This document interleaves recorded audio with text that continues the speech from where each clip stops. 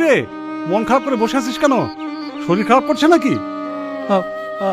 আব্বা, সালমার খুব কষ্ট হয়েছে। ও তো চোখ দেখতে চায়। ওই অসহায় মেয়েটাকে দেখে আমারও কষ্ট হয়, কিন্তু আমাদের তো টাকা নাই। অপারেশন করতে অনেক টাকা লাগবে। অত টাকা আমরা কোথায় পাবো বল? আব্বা, আমাদের নৌকোটা বেঁচে দিলে হয় না? এটা তুই কি বলছিস? নইকে ভেজো বলছিস? নইকে ভেজলে আমরা খাবো কি? তুমি আর আমি লোকের কাজ করবো।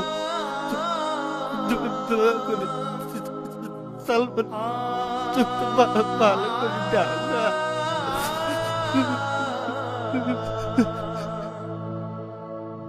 বাপ, কাঁদিস নি, তোর সুখে আমার সুখ।